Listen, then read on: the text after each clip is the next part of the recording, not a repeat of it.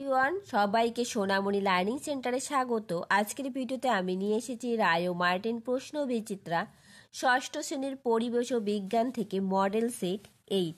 এর আগে আমি অনেকগুলো মডেল সেট করিয়েছি, তোমরা দেখোনি, ভিডিও ডিসক্রিপশন বক্সে লিঙ্ক থাকবে, সেখান থেকে দেখে নিও। তাহলে চলো শুরু করা যাক আজকের পর্বটি মডেল সেট 8। দেখো, একের দাগে বলেছে সঠিক উত্তরটি নির্বাচন করো। 1 নাম্বার, যক্ষার জীবাণু বাসা বাঁধে। সঠিক উত্তরটি হবে অপশন বি, ফুসফুসে। পরের প্রশ্ন 2 এর দাগ, পাউরুটির গায়ে ফুটো থাকে কারণ পাউরুটি তৈরির সময় নির্গত হয়। Option C, carbon die oxide, CO2। পরের প্রশ্ন 3 এর দাগ, পোড়া চুনের কলি চুনে পরিবর্তিত একটি।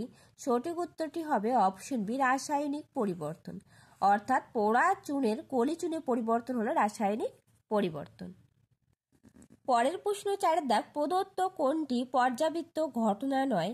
সঠিক উত্তরটি হবে অপশন এ, হঠাৎ বন্যা হওয়া। হঠাৎ বন্যা হওয়া পর্যাবৃত্ত ঘটনা নয়। পরের প্রশ্ন 5 এর দাগ, খাবার হজম হয়, এটি একটি রাসায়নিক পরিবর্তন। খাবার হজম হওয়া রাসায়নিক পরিবর্তন। পরের প্রশ্ন 6 এর দাগ, আর্জেন্টাম হলো। সঠিক উত্তরটি হবে অপশন সি, সিলভার।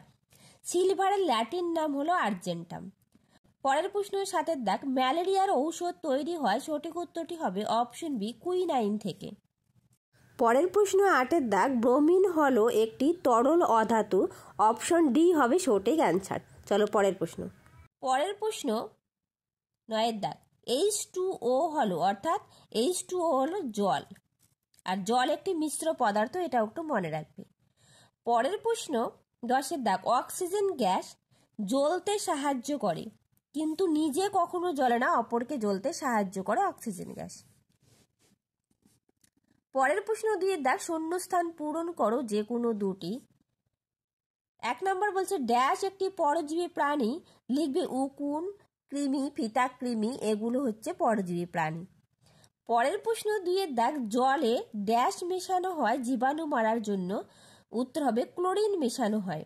জলে ক্লোরিন মেশানো হয় জীবাণু মারার জন্য। পরের প্রশ্ন 3 এর দাগ, পরমাণু জোটবদ্ধ অবস্থাকেই ওই মৌলের পারমাণবিকতা বলে। পরের প্রশ্ন 4 এর দাগ, রজন পাওয়া যায় পাইন গাছ থেকে। পাইন গাছ থেকে রজন পাওয়া যায়। পরের প্রশ্ন 3 এর দাগ, নিচের প্রশ্নগুলির এক কথায় উত্তর দাও। 1 বলছে অভিপ্রেত ঘটনা কাকে বলে। এটা আমি একটু বলে দিচ্ছি, তোমরা নোট ডাউন করো। যে সমস্ত ঘটনা পরিবেশ এবং মানুষের কোনো ক্ষতি করে না তাদেরকে বলা হয় অভিপ্রেত ঘটনা। কি বললাম?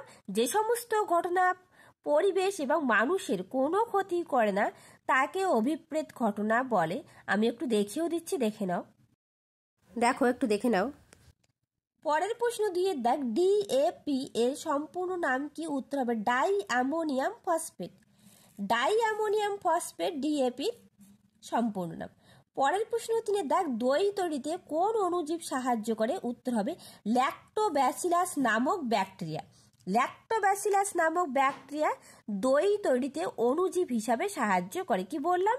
ল্যাক্টোব্যাসিলাস নামক ব্যাকটেরিয়া। পরের প্রশ্ন 4 এর দাগ, প্রকৃতিতে কয়টি মৌল পাওয়া যায়। উত্তর হবে 98টি মৌল। পরের প্রশ্ন 5 এর দাগ, দ্রাব কি। চলো এই উত্তরটা দেখে নেওয়া যাক। দেখো উত্তর, দ্রবণের মধ্যে যে পদার্থটির পরিমাণ কম থাকে এবং যে পদার্থটি অন্য কোনো পদার্থে দ্রবীভূত হয়ে মিশ্রণ উৎপন্ন করে তাকে দ্রাব বলে। পরের প্রশ্ন 6 এর দাগ, সবচেয়ে হালকা ধাতু কোনটি। উত্তর হবে লিথিয়াম। লিথিয়াম সবচেয়ে হালকা ধাতু। এরপর দেখো 4 এর দাগ, নিচের প্রশ্নগুলি সংক্ষিপ্ত উত্তর দাও। 1 এর দাগে বলেছে ঔষধ তৈরিতে আমরা কিভাবে জীবাণুর উপর ভরসা করি। দেখো, জীবাণুর উপর নির্ভরশীলতা। 2 নম্বর পয়েন্ট রয়েছে ঔষধ প্রস্তুতি। স্ট্রেপ্টোমাইসিস ব্যাকটেরিয়া থেকে স্ট্রেপ্টোমাইসিন, এরিথ্রোমাইসিন নামক অ্যান্টিবায়োটিক পাওয়া যায়। ব্যাকটেরিয়া থেকে ব্যাসিস্ট্রোসিন অ্যান্টিবায়োটিক পাওয়া যায়। ক্লস্ট্রিডিয়াম থেকে ভিটামিন B2 এবং ভিটামিন C পাওয়া যায়। এইটুকু খুব সুন্দর করে লিখবে। চলো পরের প্রশ্ন। পরের প্রশ্ন 2 এর দাগ, ভৌত পরিবর্তন ও রাসায়নিক পরিবর্তনের 3টি পার্থক্য লেখো। এই প্রশ্নটা ভেরি ভেরি ইম্পর্টেন্ট, তোমাদের পরীক্ষাতে আসার খুব সম্ভাবনা রয়েছে। দেখো উত্তর, ভৌত পরিবর্তন, রাসায়নিক পরিবর্তন। 1 নম্বর, কোনো নতুন ধরনের বস্তু সৃষ্টি হয় না ভৌত পরিবর্তনে, আর সম্পূর্ণ নতুন ধরনের এক বা একাধিক বস্তু সৃষ্টি হয় রাসায়নিক পরিবর্তনে। 2 নাম্বার, বস্তুর ভৌত ধর্মের পরিবর্তন হয়, আর 2 বস্তুর ভৌত রাসায়নিক ধর্মের পরিবর্তন হয়। 3 নাম্বার, বস্তুর অণু গঠনের পরিবর্তন হয় না, রাসায়নিক পরিবর্তনে বস্তুর অণু গঠনের পরিবর্তন হয়, সম্পূর্ণ নতুন অণুর সৃষ্টি হয়। তোমাদের 3টা লিখতে বলেছে, তোমরা 3টাই লিখবে, ঠিক আছে? চলো পরের প্রশ্ন। পরের প্রশ্ন, H2H H2O 2H2 বলতে কি বোঝায়? চলো এই উত্তরটা দেখে নেওয়া যাক। দেখো উত্তর, H বলতে হাইড্রোজেনের একটি পরমাণুকে বোঝায়, 2H বলতে দুটি পৃথক হাইড্রোজেন পরমাণুকে বোঝায়, H2 বলতে হাইড্রোজেনের একটি অণু বোঝায় যা দুটি হাইড্রোজেন পরমাণু নিয়ে গঠিত, আর 2H2 বলতে দুটি পৃথক হাইড্রোজেন অণুকে বোঝায়। এইটুকু খুব সুন্দর করে লিখবে। চলো পরের প্রশ্ন। পরের প্রশ্ন, 4 দাগ, ভিটামিন এ ও ডি আমাদের কি কাজে লাগে ও কোথা থেকে পাই? দেখো তো, তোমাদের টেক্সট বইয়ে রয়েছে ভিটামিন এ এবং ডি। সামুদ্রিক মাছের যকৃতে থাকে ভিটামিন এ ও ডি, এবং আমাদের হাড় দাঁত মজবুত করতে সাহায্য করে এই দুটো ভিটামিন। কড মাছের যকৃতের তেলে প্রচুর পরিমাণে ভিটামিন এ ও ডি থাকে। তাছাড়া ভিটামিন এ আমাদের চোখ ভালো রাখতে সাহায্য করে। এইটুকু যেগুলো রেড কালার দেওয়া আছে সেটুকু লিখে দেবে, ঠিক আছে? চলো পরের প্রশ্ন, তোমাদের টেক্সট বইতেই খুব সুন্দর করে দেওয়া আছে এটা। পরের প্রশ্ন, 5 দাগ, বাতাসের কয়টি উপাদান ও কি কি? দেখো উত্তর, বায়ুর মধ্যে অনেকগুলো উপাদান আছে, যেমন nitrogen, oxygen, carbon die oxide, জলীয় বাষ্প, নিষ্ক্রিয় গ্যাস ইত্যাদি। এই উপাদানগুলি বায়ুতে বিভিন্ন আয়তন অনুপাতে থাকে। আবার বায়ুতে সব উপাদানগুলি নিজ নিজ ধর্ম বজায় রেখে পাশাপাশি অবস্থান করে, তাই বলা হয় বায়ু মিশ্র পদার্থ। এইটুকু খুব সুন্দর করে লিখে দেবে।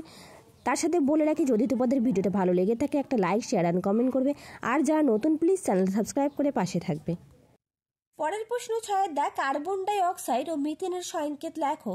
কার্বন ডাই অক্সাইডের সংকেত CO2 আর মিথেনের সঙ্গে CH4। তাহলে আজ রইল এই পর্যন্ত, আবার দেখা হবে নতুন আরেকটা ভিডিওতে।